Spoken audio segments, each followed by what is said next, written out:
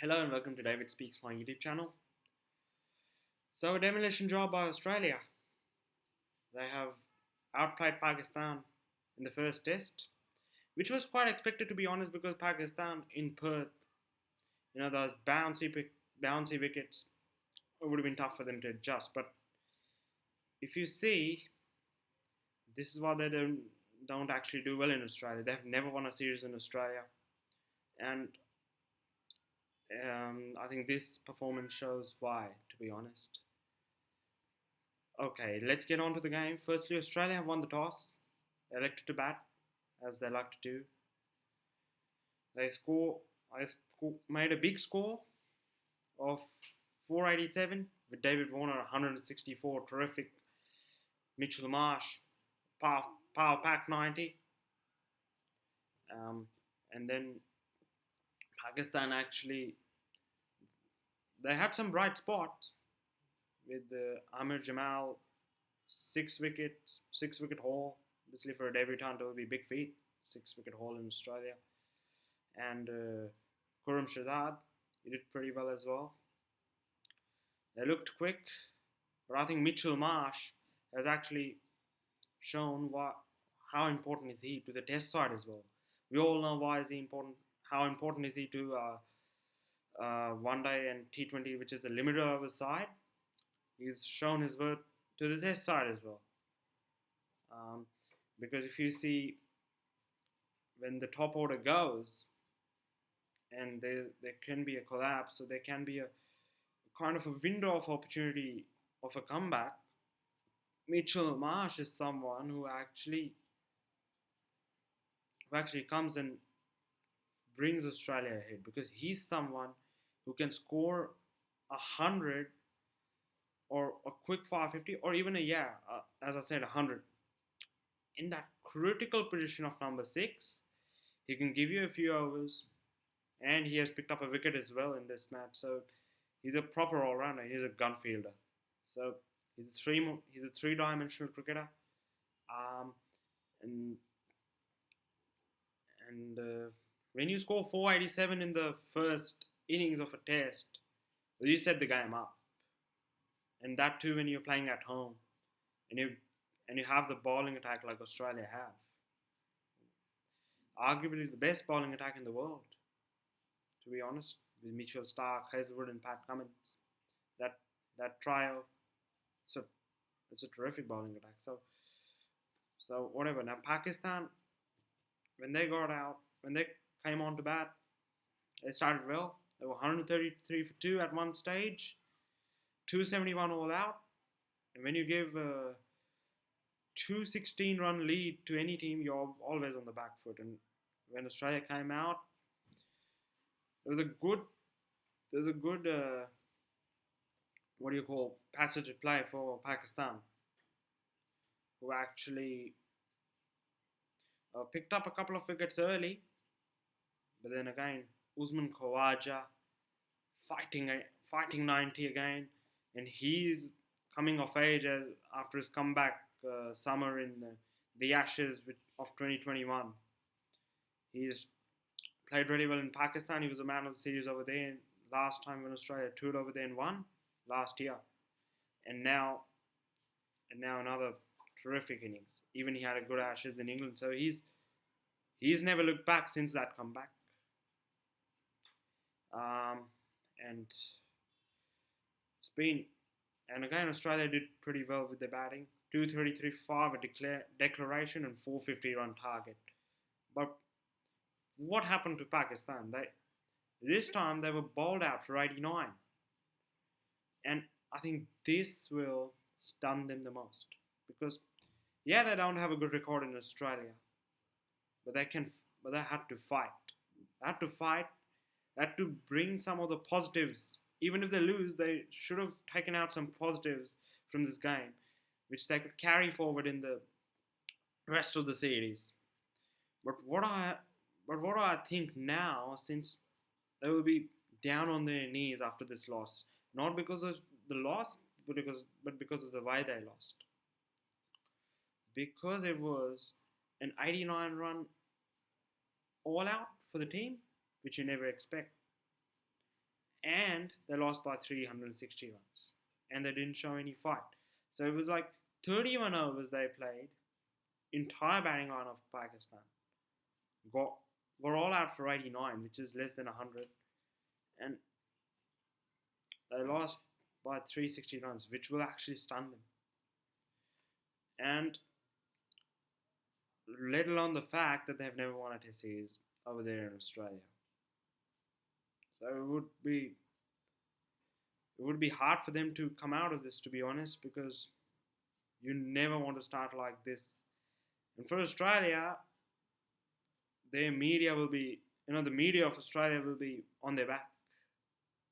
The media will be, if they play like this, if they keep performing like this in Australia, I think the Australian media is not going to, is not going to leave them. They're going to stay on their back, and it's like being caught on a fish net, to be honest. So, so they have to perform a bit better, because if they don't, in the next test, things will be harder and harder for them. And for them, Babar Azam, he needs to score because he's their main man. If Babar Azam scores, then there's a chance that Pakistan, then there's some sort of a chance that Pakistan may be able to fight back. But if not, I don't think that they will be able to cope up over there. It's going to be tough for them, because Australia is always tough to for any team, especially for Pakistan. They've never won over there, so it's actually a test of skill, test of commitment, and Pakistan did not show the fight that they should have. You know, give them at least a statement or a message to Australia that we are here to play, we are here to play, we are here to fight. But I don't think so that. But I don't think so that they have actually given that message. What do you mean? I think. I mean, I don't. It's it's actually, it can be seen by the scorecard. 89 all out. You know that thing can even you know be so downhearted for them, because they can't. It is very tough to fight back from this situation, and who will make that fight back? Firstly, you need to pick the team up. You need to pick the team up after this. The good thing for them is they have requested for a practice game after this, um, so which can actually help them, and they have a 10-day break. But they have to perform a bit better if they have any chance of coming back in this Test series. But as far as I think, after this defeat, it will be very tough, and I don't think that they will be able to cope up, because Australia have actually exposed their batting, and they will try to cash in the rest of the series. So it's going to be hard work for Pakistan from here. And as of now, I think this team, I apologize to Pakistan's fans, but I think this team is going to be run over by the Australians. I think it will be 3-0. Sorry to them, but that's what it feels like after what I have seen and what we have seen. I think it's fair to say that until and unless there's a dramatic change, I think that it's going to be another whitewash for them, which has been happening to them in the last few tours.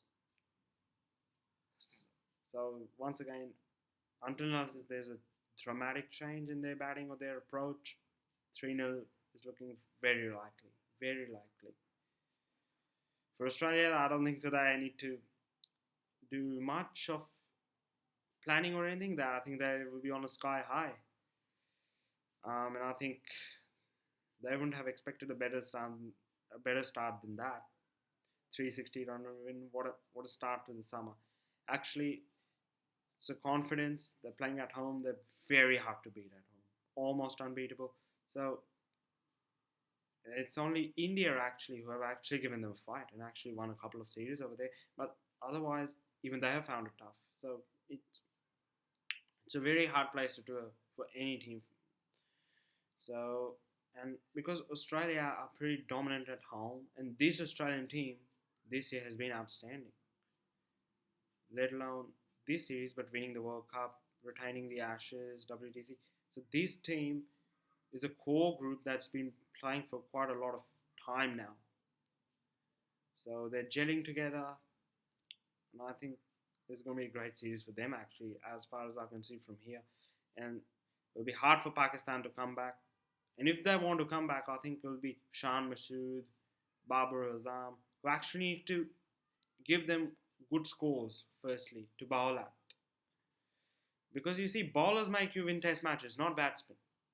So they need to actually give the bowlers a chance for them to be able to pick 20 wickets at that score that, where they can actually think of winning a test match. And the bowlers need to pick up wickets as well. They need to bowl Australia out cheaply if they have any chance. Like 250 max 300 to stay in the game first. So they need to find a spark in their bowling. Nathan Lyon, 500 wickets. What a terrific bowler. He has had a terrific career. He has had a long career and a wonderful career, and they call him the GOAT, and he's the GOAT. There's no doubt about that. He's the GOAT. 500 wickets. Fourth spinner to do it for Australia. Fourth spinner to do it. Fourth highest in Australia actually. Fourth spinner to do it ever, and it's a big feat. It's a huge feat. So that's it for this video. If you like this video, please subscribe to my channel, like and share with your friends. Thank you.